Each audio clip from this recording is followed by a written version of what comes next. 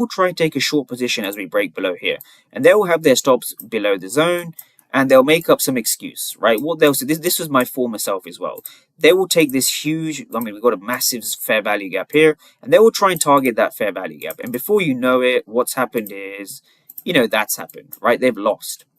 So I see a ton of, I think it's just stupidity at this point. I don't think any trader should be trading without order flow, right? I don't see a way around it. Like, people try and cope their way out of thinking there is a way around it, but I see that as a precious loss of time, right? More than anything else. So I'm going to write that down here.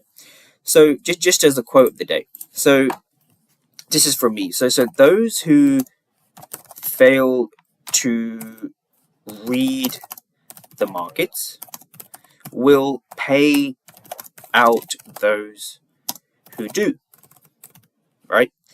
Who do. So those, let me spell that right. Those who fail to read the markets will pay out those who do. So we want to know what's going on inside of our key levels. So I've made separate videos on how to find key levels. Feel free to go and check those out. But those who fail to read the market will pay out those who do. So we want to read the market. We want to understand what was going on. So I've dedicated this video to footprint charts specifically. So I want to be going over a few specific candles. So here we have our 15-minute range over here. So I'm just going to get rid of that. So we have the 15-minute range high. We have the 15-minute range low. So it looks something like this. So I want to be going over a few candles, right? So let's first go over this green candle here. This one here, right here. So we've come into our level. What was this candle doing? This green candle. Very interesting. So I've highlighted it here.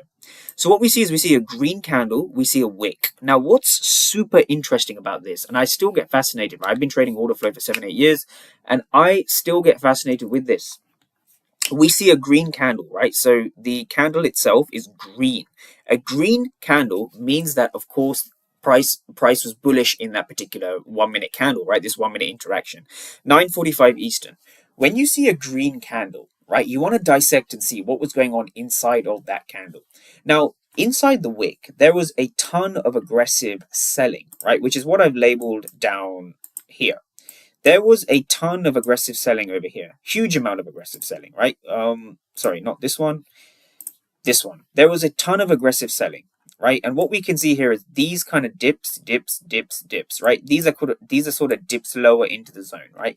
Notice how we break above the zone after sort of 1, 2, 3, 4. 4 retest candles. And so this is how a break and retest actually forms, right? We see the market breaking higher, we have our retest, and the retest can take anywhere between sort of 1, 2, and up to 4 candles sometimes 10 candles. This is the break and retest cycle. So what we have is we have break, we have retest, and then we go. And so by using this simple framework, you can eliminate a lot of your losses. But it's only going to work if you listen to what I set up here, right? So what I set up here is something you need to remember. Those who fail to read the markets will pay out those who do over a long enough time horizon. So you can obviously come into the markets and you can you can predict candles, you can guess and gamble, and you can win. And that is the most dangerous thing with the markets, right? The most dangerous thing with the market is that it rewards idiotic behavior, because at the end of the day, there's only one of 2 buttons you can press. But if there's one of 2 buttons you can press, which is buy and sell, why would you not read the buyers and sellers when you enter? Well, just remember this, right? Those who fail to read the markets on a long enough time horizon will end up paying those who do. It's as simple as that. There's no